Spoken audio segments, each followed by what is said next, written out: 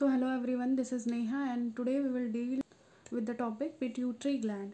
So हम pituitary gland के बारे में बात करेंगे कि pituitary gland क्या होता है, इसकी साइज़ कितनी होती है, कहाँ पे ये प्रेजेंट होता है, इसका क्या सिग्निफिकेंट है, इससे निकलने वाले कौन कौन से जो हैं वो हॉर्मोन्स हैं, इसके बारे में हम पूरी चर्चा करेंगे आज कि पिट्यूटरी ग्लैंड बेसिकली होता क्या है। तो चलिए शुरू करते हैं।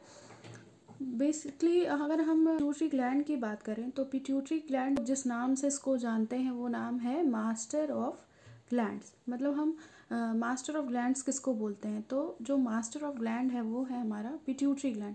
पिट्यूटरी ग्लैंड को हम मास्टर ऑफ ग्लैंड्स बोलते हैं।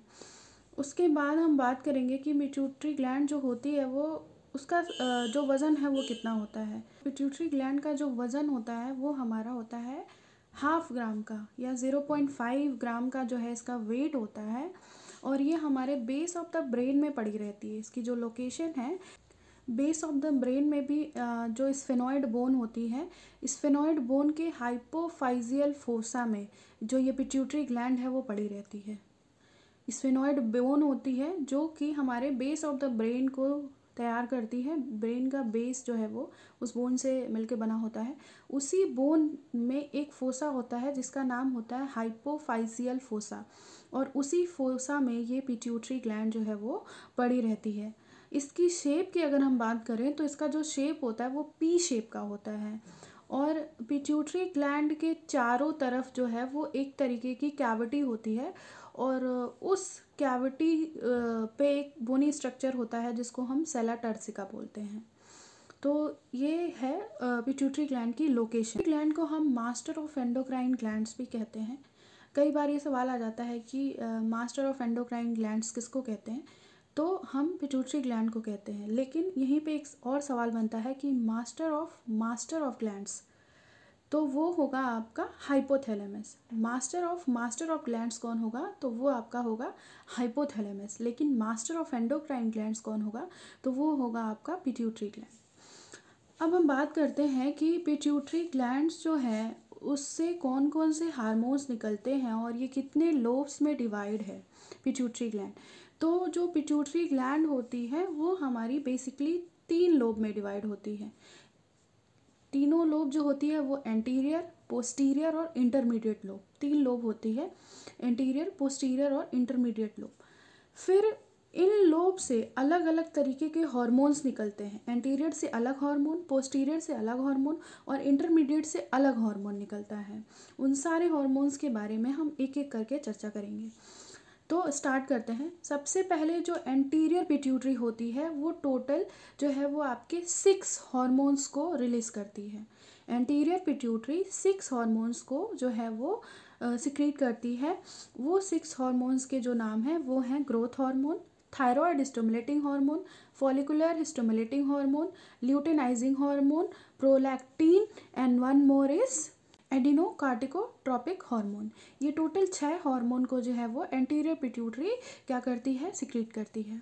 अब हम बात करते हैं पोस्टीरियर पिट्यूटरी की। पोस्टीरियर पिट्यूटरी जो है वो कितने हार्मोन्स को सिक्रीट करती है। पोस्टीरियर पिट्यूटरी है वो आपकी टोटल 2 हार्मोन्स को सिक्रीट करती है। एक हार्मोन जो है वो आपका है ऑक्सीटोसिन, और दूसरा जो हार्मोन है वो है आपका वैसोप्रेसिन। एक हार्मोन जो है वो है ऑक्सीटोसिन, और दूसरा जो हार्मोन है वो है वैसोप्रेसिन। वैसोप्रेसिन को हम एंटी डायरेटिक हार्मोन्स भी कहते हैं। तो ये दोनों हार्मोन्स जो हैं आपकी वो पिट्यूटरी से निकलती हैं, पोस्टीरियर लोब से। अब हम बात करेंगे इंटरमीडिएट लोब की। इंटरमीडिएट लोब से कितने हार्मोन्स निकलते हैं, 1 हार्मोन जो है वो निकलते हैं इंटरमीडिएट लोब से। एक हार्मोन निकलता है इंटरमीडिएट जो लोब होता है पिट्यूटरी ग्लैंड का, वहाँ से एक हार्मोन निकलता है और वो होता है मेलानोसाइट स्टिमुलेटिंग हार्मोन। ये हमारे पिट्यूटरी के तीनों लोब्स हो गए और इन लोब से निकलने वाले हार्मोन्स हो गए। अब हम बात कर लेते हैं कि एंटीरियर पिट्यूटरी से जितने भी हार्मोन्स निकलते हैं उन हार्मोन्स का सुपरफिशियल, मैं आपको बताऊंगी कि इन हार्मोन्स का सुपरफिशियल काम क्या होता है। तो चलिए शुरू करते हैं। सबसे पहले एंटीरियर पिट्यूटरी से जो हार्मोन है वो है ग्रोथ हार्मोन। तो ग्रोथ हार्मोन क्या करती है, सेल्स जो भी सेल्स डिवाइड होते हैं हमारी ग्रोथ के लिए, उनके डिवीज़न में ये ग्रोथ हार्मोन जो है वो हेल्प करती हैं और ग्रोथ में हेल्प करती हैं। फिर हम बात करते हैं नेक्स्ट थायराइड स्टिमुलेटिंग हार्मोन्स की। तो थायराइड स्टिमुलेटिंग हार्मोन जो होते हैं वो जो थायराइड की एक्टिविटी होती है उसकी एक्टिविटी को स्टिमुलेट करने का काम कौन करता है, thyroid stimulating hormones. Third number पे आता है follicular stimulating hormone.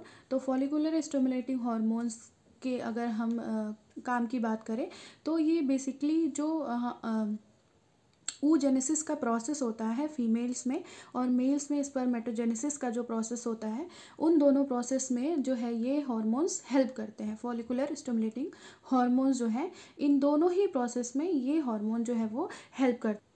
Luteinizing hormone की अगर हम बात करें LH की, तो LH जो है वो बेसिकली ओवोल्यूशन में, फीमेल्स में होने वाले ओवोल्यूशन में हेल्प करता है ये। और ये क्वेश्चन बहुत बार रिपीट हुआ है स्टेट के एग्ज़ाम में कि जो ओवोल्यूशन किस हार्मोन्स की वजह से फीमेल्स में ओवोल्यूशन होता है, तो वो जो हार्मोन्स है LH, ल्यूटिनाइजिंग हार्मोन्स।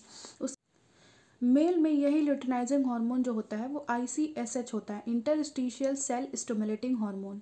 ये क्या करता है, जो भी लेडिंग सेल्स हैं उनको ये क्या करता है, स्टिमुलेट करता है ताकि जो टेस्टोस्टेरोन हार्मोन्स है उसकी एक्टिविटी क्या हो, रेगुलेट हो सके।